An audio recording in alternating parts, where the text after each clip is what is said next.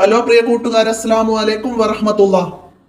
5ാം ക്ലാസ്സിന്റെ കിതാബു താരിഖ് പാദവാർഷിക പരീക്ഷയ്ക്ക് പാഠഭാഗത്ത് നിന്ന് 5 എണ്ണാണ് നമുക്ക് വരുന്നത്.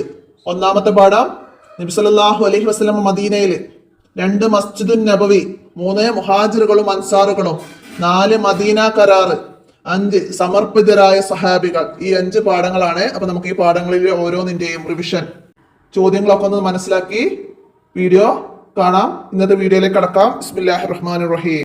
നബി സല്ലല്ലാഹു അലൈഹി വസല്ലം മദീനയിൽ, നബി സല്ലല്ലാഹു അലൈഹി വസല്ലം അള്ളാഹുവിന്റെ കൽപ്പന പ്രകാരം മക്കയിൽ നിന്ന് ഹിജ്റ വരുന്നു. എവിടേക്ക്?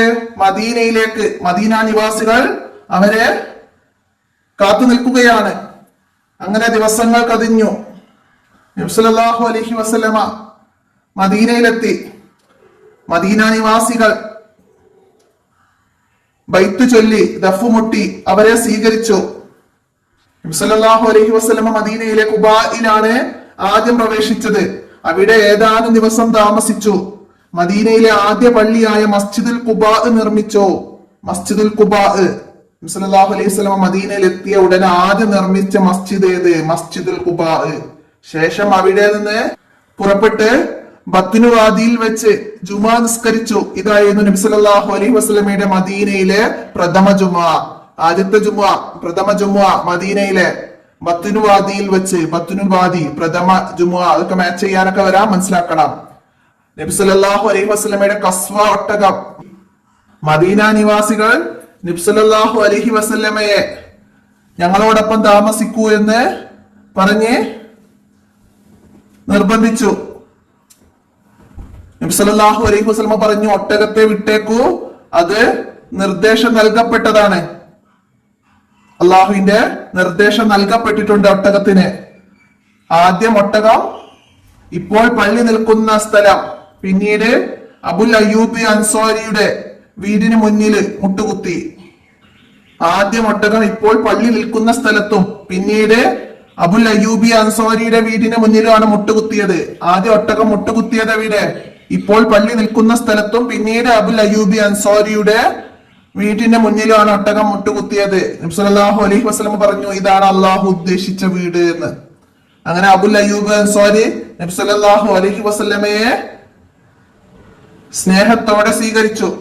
അവർക്ക് വളരെ സന്തോഷമായി. ജൂത പണ്ഡിതനായിരുന്ന അബ്ദുല്ലാഹ് ഇബ്നു സലാം പറയുന്നു, എന്താണ് പറഞ്ഞത്? താനും നബി സല്ലല്ലാഹു അലൈഹി വസല്ലമയെ കാണാൻ മദീനയിൽ എത്തിയിരുന്നു. നബി സല്ലല്ലാഹു അലൈഹി വസല്ലമയുടെ മുഖം കണ്ടപ്പോൾ അതൊരു കളവ് പറയുന്നയാളുടെ മുഖമല്ലെന്ന് എനിക്ക് മനസ്സിലായി. ഞാൻ ആദ്യമായി നബി സല്ലല്ലാഹു അലൈഹി വസല്ലമയിൽ നിന്ന് ഇതായിരുന്നു കേട്ടത്. അപ്പോൾ അവിടെ അബ്ദുല്ലാഹ് ഇബ്നു സലാം പറഞ്ഞത് എന്താണ്? അദ്ദേഹം പറഞ്ഞത്, അദ്ദേഹം എന്താണ് നബി സല്ലല്ലാഹു അലൈഹി വസല്ലമയുടെ മുഖത്ത് കണ്ടത് ഇതൊക്കെ നമ്മൾ മനസ്സിലാക്കണം.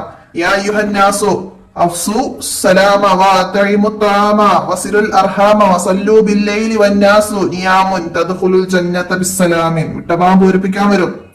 നബി സല്ലല്ലാഹു അലൈഹി വസല്ലമ മദീനയിലെ ജനങ്ങൾക്ക് നൽകിയ ഉപദേശം എന്തൊക്കെയാണ് ഈ കാര്യത്തിൽ പറഞ്ഞത്? സലാം വ്യാപിക്കുക, ദരിദ്രർക്ക് ഭക്ഷണം നൽകുക, കുടുംബ ബന്ധങ്ങൾ ചേർക്കുക, രാത്രിയിൽ ജനങ്ങൾ ഉറക്കത്തിലായിരിക്കെ നിങ്ങൾ നിസ്കരിക്കുക, എങ്കിൽ നിങ്ങൾക്ക് സമാധാനത്തോടെ സ്വർഗത്തിൽ പ്രവേശിക്കാം. ഇതാണ് നബി സല്ലല്ലാഹു അലൈഹി വസല്ലമ ജനങ്ങൾക്ക് നൽകിയ ഉപദേശം. യസ്രിബ് എന്നായിരുന്നു മദീനയുടെ ആദ്യ പേര്. മദീനയുടെ ആദ്യ പേര് എന്ത്? യസ്രിബ്. മാച്ച് ചെയ്യാൻ വരാം, തെരഞ്ഞെടുത്ത് എഴുതാൻ വരാം. മദീനയുടെ ആദ്യ പേര്. ഹിജ്റയ്ക്ക് ശേഷമാണ് മദീന എന്ന പേര് വിളിക്കപ്പെട്ടത്. എന്ന് മുതലാണ് മദീന എന്ന പേര് വിളിക്കപ്പെട്ടത്? ഹിജ്റയ്ക്ക് ശേഷം. നബി സല്ലല്ലാഹു അലൈഹി വസല്ലമ മദീനയിലേക്ക് വന്നതിന് ശേഷമാണ് മദീന എന്ന പേര് വിളിക്കപ്പെടാൻ തുടങ്ങിയത്. നബി സല്ലല്ലാഹു അലൈഹി വസല്ലമ മദീനയിലെത്തിയപ്പോൾ ദീനി പ്രബോധനത്തിന് കൂടുതൽ സൗകര്യപ്രദമായിരുന്നു. മദീനയിലെ നബി സല്ലല്ലാഹു അലൈഹി വസല്ലമ എത്തിയതിനു ശേഷമുള്ള പുരോഗതികൾ എന്തൊക്കെയാണ്? അതിൽ നിന്ന് 2 എണ്ണം എഴുതാനൊക്കെ വരും. സുരക്ഷിതമായി ഇബാദത്തിനായി പള്ളി നിർമ്മിക്കാൻ കഴിഞ്ഞു. പിന്നെ സാമൂഹികപരം, മുഹാജിറുകൾക്കും അൻസാറുകൾക്കും ഇടയിൽ സാഹോദര്യം ഉണ്ടായി. സാംസ്കാരികം, ദീനീ പഠന സംവിധാനങ്ങൾ ഉണ്ടായി. ഇതൊക്കെ നബി സല്ലല്ലാഹു അലൈഹി വസല്ലമ മദീനയിൽ എത്തിയതിനു ശേഷം ഉണ്ടായ പുരോഗതികളാണ്. ആരാണ് മുഹാജിറുകൾ? മക്കയിൽ നിന്ന് ഹിജ്റ വന്ന സഹാബികൾക്കാണ് മുഹാജിറുകൾ എന്ന് പറയുന്നത്. ആരാണ് അൻസാറുകൾ? മുഹാജിറുകളെ സ്വീകരിച്ച മദീനയിലെ സഹാബികളാണ്. മദീനയിലെ സഹാബികളാണ് അൻസാറുകൾ. പാഠഭാഗത്തിന്റെ തദ്രിഭാഗത്തിൽ വന്ന് പൂരിപ്പിക്കാനുള്ളത് നന്നായി മനസ്സിലാക്കുക. ഇതുപോലെ എക്സാമിന് വരാം. നബി സല്ലല്ലാഹു അലൈഹി വസല്ലമ മദീന നിവാസികൾക്ക് നൽകിയ ഉപദേശം: അഫ്ഷു സലാം, സലാം വ്യാപിപ്പിക്കുക. അതേമുത്താമോ, ഭക്ഷണം സദഖ ചെയ്യുക. സിലു അർഹാം, കുടുംബ ബന്ധം സ്ഥാപിക്കുക. പിന്നെന്താണ്, അതൊക്കെ മനസ്സിലാക്കാം. ഇപ്പൊ ഇത്രയും കാര്യങ്ങൾ ഒന്നാമത്തെ പാഠത്തിൽ നിന്ന് മനസ്സിലാക്കാം. നമുക്ക് രണ്ടാമത്തെ പാഠം നോക്കാം. രണ്ടാമത്തെ പാഠം മസ്ജിദുൻ നബവി. നബി സല്ലല്ലാഹു അലൈഹി വസല്ലം മദീനയിൽ എത്തിയ ഉടനെ ദീനി കാര്യങ്ങൾ പഠിക്കാനും ഇബാദത്തിന് ഒത്തുകൂടാനും നബി സല്ലല്ലാഹു അലൈഹി വസല്ലമയുമായി കാര്യങ്ങൾ പരസ്പരം കൂടിയാലോചിക്കാനും കഴിയുന്ന ഒരു പള്ളി പണിയുക എന്നതായിരുന്നു നബി സല്ലല്ലാഹു അലൈഹി വസല്ലമ ആദ്യം ചെയ്തത്. അങ്ങനെ നബി സല്ലല്ലാഹു അലൈഹി വസല്ലമ ഒരു പള്ളി പണിയാൻ ഭൂമി ചോദിക്കുന്നു. പറ്റുന്ന ഭൂമി കാണിച്ചു തരൂ എന്ന് പറയുന്നു. അവിടെ ഉണ്ടായിരുന്ന ബനൂ നജ്ജാർ ഗോത്രക്കാർ അവരുടെ സ്ഥലം ദാനമായി കൊടുക്കാൻ തയ്യാറായെങ്കിലും നബി സല്ലല്ലാഹു അലൈഹി വസല്ലം അത് വില കൊടുത്തു വാങ്ങുകയാണ് ചെയ്തത്. അതിനാവശ്യമായ പണം നൽകിയത് സിദ്ദീഖ് റളിയല്ലാഹു അൻഹു ആയിരുന്നു. സ്വഹാബികൾ കല്ലുകളും മണ്ണും ശേഖരിച്ച് പള്ളി നിർമ്മാണം ആരംഭിച്ചു. സഹാബികള് കല്ലുകളും മണ്ണും ശേഖരിച്ചിട്ട് പള്ളി നിർമ്മാണം ആരംഭിച്ചു. നബി സല്ലല്ലാഹു അലൈഹി വസല്ലമ തങ്ങളെ കല്ലുകൾ ചുമക്കുകയും നിർമ്മാണത്തിന് നേതൃത്വം നൽകുകയും ചെയ്തിട്ടുണ്ട്. നിർമ്മാണത്തിനിടെ അവിടുന്ന് ഇങ്ങനെ പറഞ്ഞു: അല്ലാഹുമ്മ ലാ ഐസ ഇല്ലാ ഐസുൽ ആഖിറ ഫഗ്ഫിർ ലി അൻസാരി വൽ മുഹാജിർ. അല്ലാഹുവേ, പരലോക ജീവിതമല്ലാതെ മറ്റൊരു ജീവിതമില്ല, അൻസാറുകൾക്കും മുഹാജിറുകൾക്കും പുറത്തു കൊടുക്കണമേ എന്ന് നബി സല്ലല്ലാഹു അലൈഹി വസല്ലമ മസ്ജിദുൻ നബവിയുടെ നിർമ്മാണത്തിനിടയ്ക്ക് ദുആ ചെയ്തു. എല്ലാം അനുയായികളെ ഏൽപ്പിച്ച് മാറി നിൽക്കുന്ന നേതാവിനെയല്ല അവിടെ കാണാൻ കഴിഞ്ഞത്. പകരം കൂടെ പണിയെടുത്ത് അവർക്ക് ആവേശം പകരുന്ന നേതാവിനെയാണ് അവിടെ കാണാൻ കഴിഞ്ഞത്. പൂർത്തിയാക്കി കൊടുക്കാറുണ്ട് വരും. കല്ലും മണ്ണും ഉപയോഗിച്ചുള്ള ചുമരുകളും ഈന്തപ്പനയുടെ മേൽക്കൂരയുമായിരുന്നു പള്ളിക്കുണ്ടായിരുന്നത്. മദീന പള്ളി നിസ്കാര കേന്ദ്രം മാത്രമായിരുന്നില്ല, അതൊരു വിജ്ഞാന കേന്ദ്രം, കോടതി, കൂടിയാലോചനാ ഭവനം, പ്രതിനിധി സംഘങ്ങളെ സ്വീകരിക്കാനുള്ള സ്ഥലം തുടങ്ങി മദീനയിലെ ഇസ്ലാമിക കേന്ദ്രം കൂടിയായിരുന്നു മസ്ജിദുൻ നബവി. ഇതൊക്കെ മനസ്സിലാക്കാം. മദീനയിലെത്തിയപ്പോൾ നബി സല്ലല്ലാഹു അലൈഹി വസല്ലം ആദ്യം ചെയ്തത് എന്ത്? മസ്ജിദ് നിർമ്മിക്കുകയായിരുന്നു. ഇതൊക്കെ മനസ്സിലാക്കണം. എന്തൊക്കെ ഉപയോഗിച്ചാണ് പള്ളി ഉണ്ടാക്കിയത്? എന്തൊക്കെ ഉപയോഗിച്ചാണ്? ഈന്തപ്പനയോ കല്ലും മണ്ണോ ഒക്കെ ഉപയോഗിച്ചാണ് പള്ളി നിർമ്മിച്ചത്. പാഠഭാഗത്തിന്റെ പരിഭാഗത്തിൽ വന്നതൊക്കെ മനസ്സിലാക്കാം. നബി സല്ലല്ലാഹു അലൈഹി വസല്ലമക്ക് മസ്ജിദ് നിർമ്മിക്കാൻ സ്ഥലം നൽകിയത് ബനൂ നജ്ജാർ ഗോത്രക്കാര്. പള്ളിയുടെ നിർമ്മാണത്തിൽ നബി സല്ലല്ലാഹു അലൈഹി വസല്ലം എങ്ങനെയാണ് പങ്കെടുത്തത്? ഇതൊക്കെ മനസ്സിലാക്കി പഠിക്കാൻ നമുക്ക് അടുത്ത പാഠഭാഗം നോക്കാം. മുഹാജിറുകളും അൻസാറുകളും. ആരാണ് മുഹാജിർ അൻസാറൊക്കെ നമ്മൾ പറഞ്ഞു. നബി സല്ലല്ലാഹു അലൈഹി വസല്ലമ മുഹാജിറുകളെയും അൻസാറുകളെയും ഒരുമിച്ച് കൂട്ടി അള്ളാഹുവിന്റെ മാർഗത്തിൽ പരസ്പരം സഹോദരങ്ങളാക്കി. ഓരോ മുഹാജിറിനും ഓരോ അൻസാറിൽ നിന്ന് ഒരു സഹോദരൻ ഉണ്ടായി. അവർ പരസ്പരം ഒരു കുടുംബം പോലെ വീടും ഭക്ഷണവും പങ്കിട്ടു. ഈമാനായിരുന്നു ആ സഹോദരത്തിന്റെ മാനദണ്ഡം. അൻസാറുകളുടെയും മുഹാജിറുകളുടെയും സഹോദരത്തിന്റെ മാനദണ്ഡം എന്തായിരുന്നു? ഈമാനായിരുന്നു. മക്കയിലെ ധനികനായിരുന്നു അബ്ദുറഹ്മാൻ ഇബ്നു ഔഫ്. അദ്ദേഹത്തിന്റെ സഹോദരൻ മദീനയിലെ സമ്പന്നനായിരുന്ന സഹാബി സഅദ് ഇബ്നു റബീഅ റളിയല്ലാഹു അൻഹു ആയിരുന്നു. അബ്ദുറഹ്മാൻ ഇബ്നു ഔഫിന്റെ സഹോദരൻ ആര്? സഅദ് ഇബ്നു റബീഅ റളിയല്ലാഹു അൻഹു. അദ്ദേഹം എന്താണ് പറഞ്ഞത്? ഞാൻ മദീനയിലെ ഒരു ധനികനാണ്, എന്റെ സമ്പത്തിന്റെ പകുതി നിങ്ങൾ എടുക്കുക. എനിക്ക് 2 ഭാര്യമാരുണ്ട്, അവരിൽ ഒരാളെ ഞാൻ വിവാഹമോചനം ചെയ്ത് നിങ്ങൾക്ക് അവളെ വിവാഹം കഴിക്കാൻ അവസരം ഒരുക്കാം. ഇതാണ് അദ്ദേഹം പറഞ്ഞത്. അപ്പോ ധനികനായ, മക്കയിലെ ധനികനായ അബ്ദുറഹ്മാൻ ഇബ്നു ഔഫ് മദീനയിലെ ധനികനായിരുന്ന സഅദ് ഇബ്നു റബീഅ റളിയല്ലാഹു അൻഹുവിനോട് ഇങ്ങനെ പറഞ്ഞപ്പോ അദ്ദേഹം എന്താണ് പറഞ്ഞത്? അള്ളാഹു നിങ്ങളെ അനുഗ്രഹിക്കട്ടെ, നിങ്ങൾ എനിക്ക് മദീനയിലെ മാർക്കറ്റ് കാണിച്ചു തന്നാൽ മതി എന്നാണ്. അങ്ങനെ സ്വന്തമായി കച്ചവടം ചെയ്ത് മദീനയിലെ വലിയ സമ്പന്നനായി തീർന്നു. ആരാണ്? അബ്ദുറഹ്മാൻ ഇബ്നു ഔഫ്. മദീനയിലെ ഓരോ അൻസാരിയും ആഗ്രഹിച്ചത് എന്തായിരുന്നു? തനിക്കൊരു മുഹാജിറിനെ സഹോദരനായി കിട്ടിയെങ്കിൽ എന്നാണ് ആത്മാർത്ഥമായ അൻസാറുകൾ ആഗ്രഹിച്ചിരുന്നത്. എന്നാൽ മുഹാജിറോ കിട്ടിയ അവസരം ചൂഷണം ചെയ്യാതെ ആത്മാഭിമാനത്തോടെ സ്വന്തം ജീവിത മാർഗം കണ്ടെത്താൻ ശ്രമിക്കുന്നു.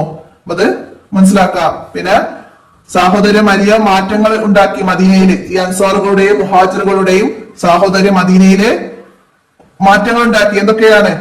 എന്താണ്? പരോപകാരവും സ്നേഹവും വ്യാപിച്ചു. അഭയം തേടി വന്നവരുടെ ദാരിദ്ര്യവും വിവേചനവും ഇല്ലാതാക്കി. പിന്നെ എല്ലാവർക്കും സുരക്ഷിതത്വം ഉറപ്പാക്കി. കച്ചവടത്തിലൂടെയും കൃഷിയിലുമുള്ള സഹകരണം എല്ലാവർക്കും സാമ്പത്തിക അഭിവൃദ്ധി നൽകി. ഇത് മദീനയിൽ മുഹാജിറുകളുടെയും അൻസാറുകളുടെയും സാഹോദര്യം മൂലം വന്ന മാറ്റങ്ങളാണ്. അപ്പൊ അതൊക്കെ പോയിന്റുകൾ രണ്ടെണ്ണം വീതം എഴുതാൻ വരും, മനസ്സിലാക്കണം കേട്ടോ. തദ്രിപാത്തിലെ ചോദ്യങ്ങളൊക്കെ നിങ്ങൾ എഴുതിയിട്ടുണ്ടാവും, അതൊക്കെ മനസ്സിലാക്കി പഠിക്കുക. ഇനി നമുക്ക് നാലാമത്തെ പാഠം നോക്കാം. നാലാമത്തെ പാഠം മദീന കരാറ്. എന്താണ് മദീന കരാറ്?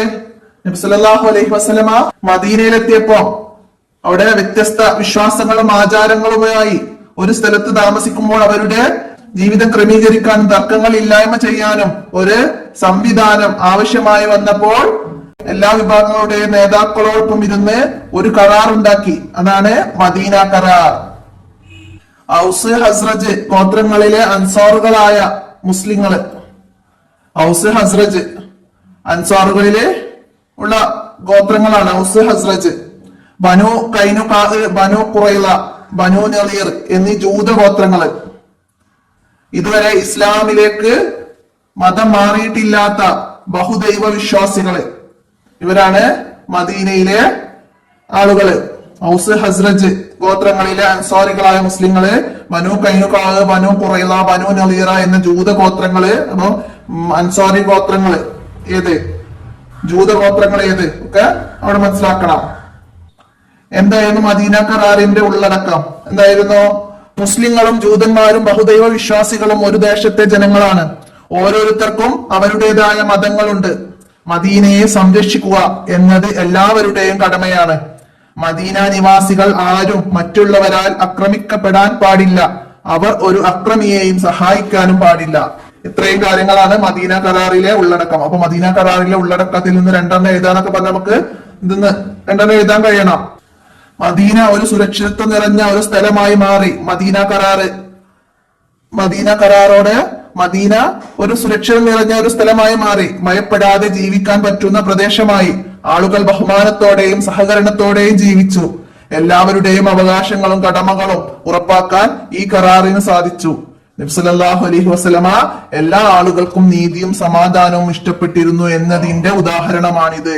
അപ്പൊ മദീന കരാർ കൊണ്ട് മദീനയില് എന്താണ് നബി സല്ലല്ലാഹു അലൈഹി വസല്ലമ ഉദ്ദേശിച്ചത്? എല്ലാവർക്കും നീതിയും സമാധാനവും ആണ് നബി സല്ലല്ലാഹു അലൈഹി വസല്ലമ ഉദ്ദേശിച്ചത്. അപ്പൊ അതുകൊണ്ട് മദീനയിലെ വന്ന മാറ്റങ്ങൾ അതൊക്കെ മനസ്സിലാക്കാം. മദീന കരാറ് എന്താണ്? ഇസ്ലാമിലെ ആദ്യത്തെ ലിഖിത സിവിൽ ഭരണഘടനയാണ്. എന്താണ് മദീന കരാറ്? ഇസ്ലാമിലെ ആദ്യത്തെ ലിഖിത സിവിൽ ഭരണഘടനയാണ്. ജനങ്ങൾക്ക് സ്വാതന്ത്ര്യവും സഹവർത്തിത്വവും പഠിപ്പിച്ചു. നീതിയും സമത്വവും പ്രോത്സാഹിപ്പിച്ചു. ഗോത്രങ്ങൾ തമ്മിലുള്ള തർക്കങ്ങൾ അവസാനിപ്പിച്ചു. മദീന കരാറിന്റെ പ്രത്യേകതകളാണ് ഈ പറഞ്ഞത്. ഇവിടെ മദീന കരാറിന്റെ ഉള്ളടക്കം അത് പറഞ്ഞു. പിന്നെ മദീന കരാർ കൊണ്ടുള്ള നേട്ടങ്ങൾ പറഞ്ഞു ഇവിടെ. അപ്പൊ ഇതൊക്കെ ഓരോന്നും പ്രത്യേകം മനസ്സിലാക്കണം. അപ്പൊ നമുക്ക് ഏതാണ് ചോദ്യം വന്നത് നോക്കിയിട്ട് മനസ്സിലാക്കി എഴുതാൻ കഴിയണം. അത് പ്രത്യേകം ശ്രദ്ധിക്കണം. തദ്രിപാത്തിൽ വന്ന ശരിയും തെറ്റും അടയാളപ്പെടുത്താനുള്ളതും തെറ്റ് തന്നാൽ അത് ശരിയാക്കി എഴുതാനൊക്കെ നമ്മള് മനസ്സിലാക്കി പഠിക്കണം. മദീന കരാർ മുസ്ലിങ്ങളുടെ സംരക്ഷണം മാത്രമാണ് പരിഗണിച്ചത്. അപ്പൊ എന്താണ് മദീന കരാറ്? എല്ലാ ആളുകൾക്കും നീതിയും സമാധാനവുമാണ് ഉറപ്പ് വരുത്തിയത്. അപ്പൊ ഇതൊക്കെ തിരുത്തി എഴുതാനും ഒക്കെ നമുക്ക് കഴിയണം. അടുത്തത് നമുക്ക് അഞ്ചാമത്തെ പാഠം നോക്കാം. സമർപ്പിതരായ സഹാബികൾ. ആരാണ് സമർപ്പിതരായ സഹാബികൾ? ബദർ യുദ്ധത്തില് പങ്കെടുത്തവര്, ബദരീങ്ങൾ. അവർ 313 പേരാണ്. ഹിജ്റയുടെ 2-ാം വർഷം റമദാൻ 17-നാണ് ബദർ യുദ്ധം നടന്നത്. പണമോ അധികാരമോ സുഖ സൗകര്യങ്ങളോ ആഗ്രഹിച്ചല്ല അവർ നബി സല്ലല്ലാഹു അലൈഹി വസല്ലമയുടെ കൂടെ കൂടിയത്. അള്ളാഹുവിനെയും നബി സല്ലല്ലാഹു അലൈഹി വസല്ലമയുടെ തൃപ്തിയും ദീനിന്റെ ഇസ്സത്തുമായിരുന്നു അവരുടെ ലക്ഷ്യം. സഹാബികളുടെ ലക്ഷ്യം എന്തായിരുന്നു? സഹാബികളുടെ ലക്ഷ്യം മനസ്സിലാക്കാം. മക്കയുടെയും മദീനയുടെയും ഇടയിലുള്ള ബദർ എന്ന സ്ഥലത്ത് വെച്ചിട്ട് മദീനയിലെത്തിയ 2-ാം വർഷം തന്നെ മുസ്ലിങ്ങൾക്ക് മക്കയിലെ ഖുറൈശികളുമായി യുദ്ധം ചെയ്യേണ്ടി വന്നു. എന്തായിരുന്നു ബദറിന്റെ കാരണം? എന്തായിരുന്നു? ഖുറൈശികളിൽ നിന്ന് മുസ്ലിങ്ങൾക്ക് അവകാശപ്പെട്ട സമ്പത്ത് തിരിച്ചു പിടിക്കാനാണ് നബി സല്ലല്ലാഹു അലൈഹി വസല്ലമയും സഹാബത്തും ബദറിലേക്ക് പോയത്. ഉറച്ച ഈമാനോടെ നബി സല്ലല്ലാഹു അലൈഹി വസല്ലമയുടെ കൂടെ സഹാബത്ത് നിന്നു. മിഖ്ദാദ് റളിയല്ലാഹു അൻഹു ധൈര്യപൂർവ്വം പറഞ്ഞു, അള്ളാഹുവിന്റെ ദൂതരെ, മൂസാ നബി അലൈഹി ഇസ്ലാമിനോട് അവിടുത്തെ ജനത നീയും നിന്റെ റബ്ബും പോയി യുദ്ധം ചെയ്യൂ എന്ന് പറഞ്ഞതുപോലെ ഞങ്ങൾ പറയില്ല, മറിച്ച് നിങ്ങളുടെ മുന്നിലും പിന്നിലും വലതുവശത്തും ഇടതുവശത്തും ഞങ്ങൾ നിങ്ങളോടൊപ്പം യുദ്ധം ചെയ്യും എന്നാണ് നബി സല്ലല്ലാഹു അലൈഹി വസല്ലമയോട് മിഖ്ദാദ് റളിയല്ലാഹു അൻഹു പറഞ്ഞത്. അപ്പൊ ഇവിടെ ആരോട് പറഞ്ഞു എന്നൊക്കെ ചോദ്യങ്ങൾ വരും. നബി സല്ലല്ലാഹു അലൈഹി വസല്ലമയോട് മിഖ്ദാദ് റളിയല്ലാഹു അൻഹു പറഞ്ഞതാണിത്. സല്ലല്ലാഹു അലൈഹി വസല്ലമക്ക് സന്തോഷമായി. സല്ലല്ലാഹു അലൈഹി വസല്ലമ യുദ്ധത്തിന് മുമ്പ് അള്ളാഹുവിനോട് നടത്തിയ ദുആ പ്രസിദ്ധമാണ്. എന്തായിരുന്നു? അള്ളാഹുവേ, ഈ ചെറിയ സംഘത്തെ നീ നശിപ്പിച്ചാൽ നിനക്ക് ഇബാദത്ത് ചെയ്യാൻ ഭൂമിയിൽ ഒരാളും ഉണ്ടാവുകയില്ല. അന്ത്യനാൾ വരെയുള്ള മുഴുവൻ മുസ്ലിങ്ങളുടെയും ഈമാനിന്റെ കാരണക്കാർ ആരാണ്? ബദരീങ്ങളാണ്. ശത്രുക്കളെക്കാൾ എണ്ണം കൊണ്ടും ആയുധം കൊണ്ടും വളരെ കുറവായിട്ടും ബദറിൽ മുസ്ലിങ്ങൾക്ക് അല്ലാഹു തആല വലിയ വിജയം നൽകി. മലക്കുകളെ ഇറക്കി അല്ലാഹു തആല മുസ്ലിങ്ങളെ സഹായിച്ചു. അല്ലാഹു തആല മലക്കുകളെ ഇറക്കി മുസ്ലിങ്ങളെ സഹായിച്ചു. എപ്പോഴാണ്? ബദർ യുദ്ധത്തില്. ഹിജ്റ 2-ാം വർഷം റമളാൻ 17-നാണ് ബദർ യുദ്ധം നടന്നത്. മുസ്ലിങ്ങളിൽ 313 പേരും ശത്രുക്കളിൽ 1000-ഓളം പേരുമാണ്. 14 സഹാബികളാണ് ശുഹദാക്കളായത്, ഷഹീദായത്. ശത്രുക്കളിൽ 70 പേർ കൊല്ലപ്പെടുകയും 70 പേർ തടവിലാവുകയും ചെയ്തു. തടവിലായവർ എങ്ങനെയാണ് മോചിതരായത്? തടവിലായവർ ചിലർ പണം അടച്ചു മോചിതരായി, മറ്റുള്ളവർ 10 പേർക്ക് വീതം എഴുത്തും വായനയും പഠിപ്പിച്ചും മോചിതരായി. ബദറിൽ തടവിലായ മുശ്രിക്കുകൾ മോചിതരായത് എങ്ങനെ മനസ്സിലാക്കണം കേട്ടോ. അതിന്റെ ഫലം എന്ത്? ബദർ യുദ്ധത്തിന്റെ ഫലം എന്തായിരുന്നു? മുസ്ലിങ്ങളുടെ മനോവീര്യം ഉയർന്നു, ഖുറൈശികളുടെ ശക്തി ചോർന്നു. മുസ്ലിങ്ങൾക്ക് ഈ വിജയം ദീനീ ദഅവത്തിന് കൂടുതൽ സഹായകരമായി. ഇത്രയാണ് പാഠം മനസ്സിലാക്കേണ്ടത്. ദുർഭാഗ്യത്തിൽ വന്ന ചോദ്യങ്ങളൊക്കെ മനസ്സിലാക്കണം. ബദറിൽ മുസ്ലിങ്ങളുടെ വിജയ രഹസ്യം ഉറച്ച ഈമാന്, പിന്നെന്താണ്? ഒറ്റക്കെട്ടായിട്ട് നിന്നു. നബി സല്ലല്ലാഹു അലൈഹി വസല്ലമയുടെ ദുആ, മലക്കുകളുടെ സഹായം, അള്ളാഹുവിന്റെ അനുഗ്രഹം. അപ്പൊ ഇത്രയാണ് നമുക്ക് ഇതിൽ നിന്ന് മനസ്സിലാക്കാനുള്ളത്. അപ്പോ 5 പാഠങ്ങളാണ് എക്സാമിനുള്ളത്. എല്ലാവരും മനസ്സിലാക്കി പഠിക്കുക. നമുക്ക് അടുത്ത വീഡിയോ ചോദ്യപേപ്പറുമായി ഉടൻ കാണാം. അസ്സലാമു അലൈക്കും വറഹ്മത്തുള്ളാഹി.